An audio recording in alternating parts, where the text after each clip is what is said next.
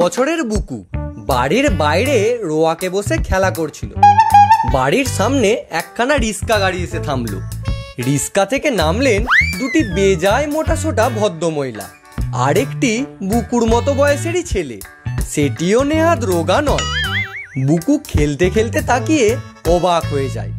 আরে বাবা, রিস্কা গাড়ির এতটুকু খোলের মধ্যে এদের জায়গা হয়েছিল কি করে? কি খোকা, চিনতে পারছো? বুকু দুই কোমরে দুহাত দিয়ে দাঁড়িয়ে ওদের দিকে সোজা তাকিয়ে যেন বেশ তলিয়ে একটু ভেবে নেয়। তারপর গম্ভীরভাবে ঘড়ির পেন্ডুলামের মতো দুদিকে মাথা নাড়ে। আহা, আমরা এসেছিলাম সেই কবে, ওর মনে থাকবে কি করে? তাছাড়া তখন হয়তো এত মোটা ছিলেন না আপনারা, এত মোটা কাউকে দেখিনি কখনো। একথা শুনে দুজনের মধ্যে একজনের মুখ বেশ একটু গম্ভীর হয়ে উঠেছিল, আর একজন কিন্তু হেসে ওঠেন।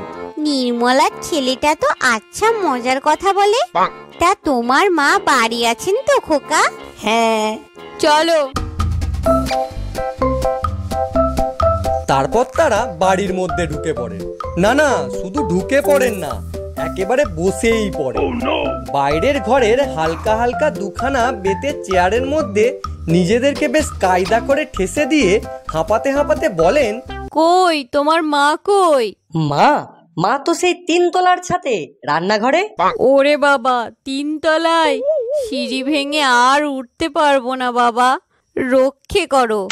ওহ, বাড়ি থেকে কি আজ বেরিয়েছি, বার 2-3 বাস বদল, শেষ অবধি রিক্সায়। ওহ, যাও দিকিন বাবা ছুটে 3 তলায় গিয়ে খবর দিয়ে এসো তোমার মাকে। বলো গে উত্তরপাড়া থেকে ছেনু মাসিরা এসেছেন। বুকু ছুটে উপরে চলে যায়।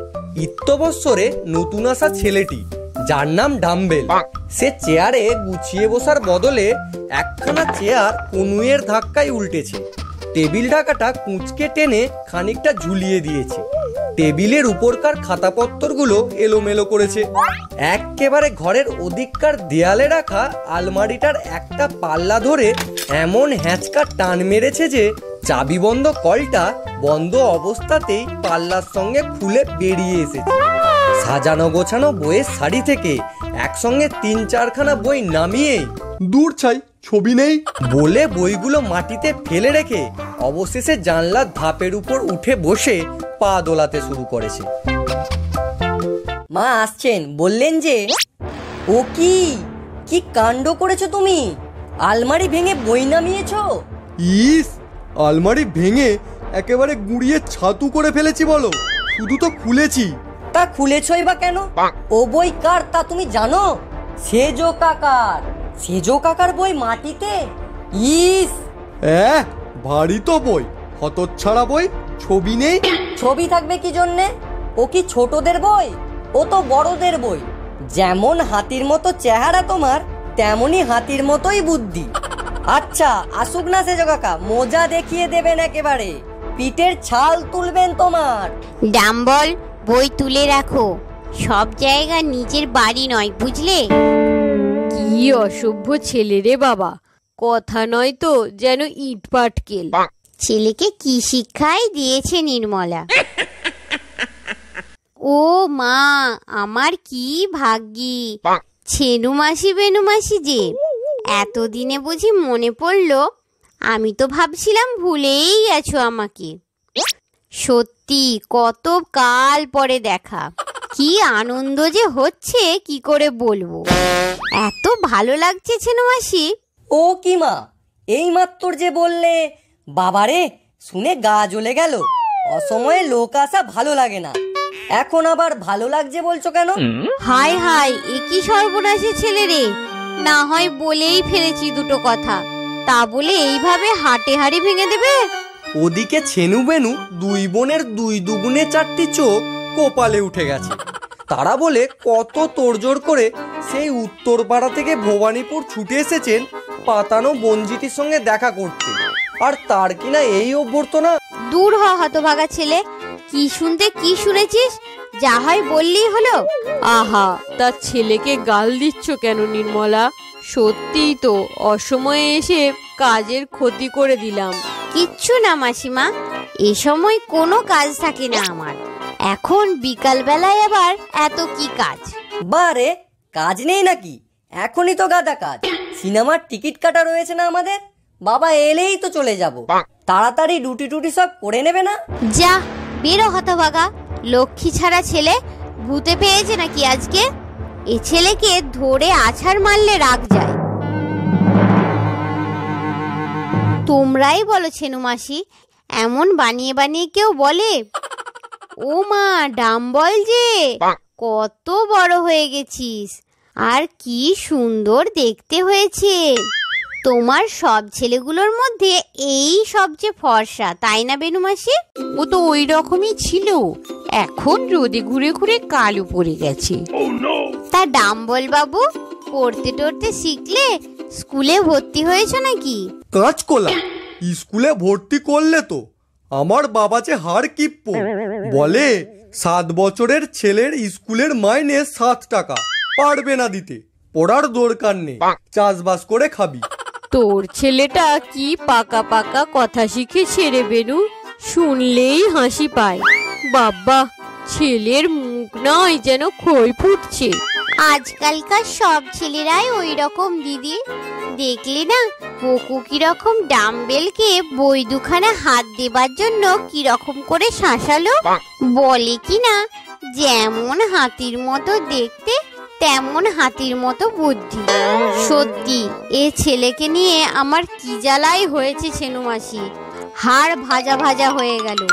যত বড় হচ্ছে তত যেন যাতা হয়ে যাচ্ছে। কে জানে পাগল টাগল হয়ে যাবে নাকি।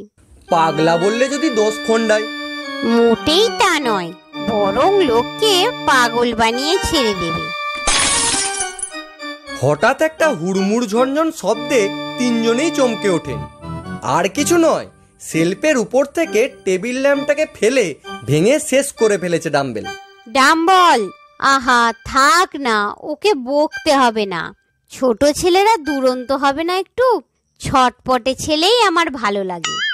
দুরন্ত ছেলেই বড় হয়ে মহাপুরুষ হয়।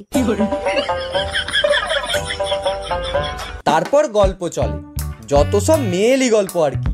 কবে মেয়ের বিয়ে হলো, কাদের বইয়ের কি কি গয়না হলো, শাড়ির আজকাল কিরকম জলের দর হয়ে গেছে, এই সব গল্প থামাতে হয়। বুকু আর বুকুর সেজো খুড়িমা দুজনে মিলে অতিথিদের জন্য চা আর খাবার নিয়ে এসেছেন। বড় বড় রাজভোগ, ভালো ভালো সন্দেশ, সিঙ্গারা, নিমকি, আরো কত কি। ওরে বাবা, এত মিষ্টি! এত মিষ্টি খাবো না, অল্পই আছে, পারবে খাও। তা খাবো না বলে কষ্ট করে খেয়ে ফেলানো সব। ডাম্বেল তো গাঁও গাঁও করে সবকিছু খেয়ে ফেলে, শেষে রেকাবির রস চাটে বসে বসে। এই বকু, তোর বাবা এসেছেন অফিস থেকে? বলগে যা, মাসিরা এসেছে। এসে তো গেছে, রেগেও আছে। বলছে এই মাসিমারা আর আসার সময় পেল না, বেছে বেছে ওদের সিনেমা দেখতে যাওয়ার দিনেই আসার ইচ্ছা হলো। ওরে বকু, মাসিরা চলে যাওয়ার পর তোর যে কি হাল করব তা আমি জানি আর ভগবানই জানে। আজ যদি তোর পিঠের ছাল চামড়া না তুলেছি, তাহলে তোর একদিন কি আমার একদিন। আজ তাহলে উঠি নির্মলা, তোর অনেক ক্ষতি করে দিলাম আমরা।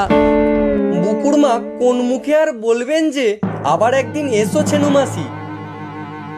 আমায় তো খুব বলা হচ্ছিল, তুই স্কুলে ভর্তি হয়েছিস? নিশ্চয়। কোন স্কুল? আদর্শ শিক্ষা প্রতিষ্ঠান। কখানা বই রে? সে অনেক, সব মিলিয়ে 7-8টা। বাবা, আর কত দেরি করবে তোমরা? যাও এবার, রাত্রির হয়ে গেল যে। এখন মা কখনই বা রান্না করবেন, আর কখনই বা তোমাদের নিন্দে করবেন। নিন্দে? নিন্দে কেন রে? নিন্দে কিসের? বারে, বেড়াতে আসা লোকেরা চলে গেলে নিন্দে করতে হবে না তাদের? বলতে হবে না ছেলেটা কি অসভ্য, হ্যাংলা, মাসিমারা কি অহংকারী। এসে তো মাথা কিনলেন, শুধু শুধু এক গাদা পয়সা খরচা হয়ে গেল। তাছাড়া বলো বাবা, বলো, প্রাণ ভরে বলো। আর ওরা বেরোবার সঙ্গে সঙ্গেই বুকুর মা রণচণ্ডী মূর্তি নিয়ে শুরু করেন ছেলে ঠেঙাতে। বল শয়তান, কেন ওরকম কথা বললি? হতচ্ছাড়া বেয়াদব, মেরে তোকে আজকে মেরেই ফেলবো। লক্ষ্মী ছাড়া পাজি বাদর, লোকের সামনে আমার মুখে চুনকালি মাখালি।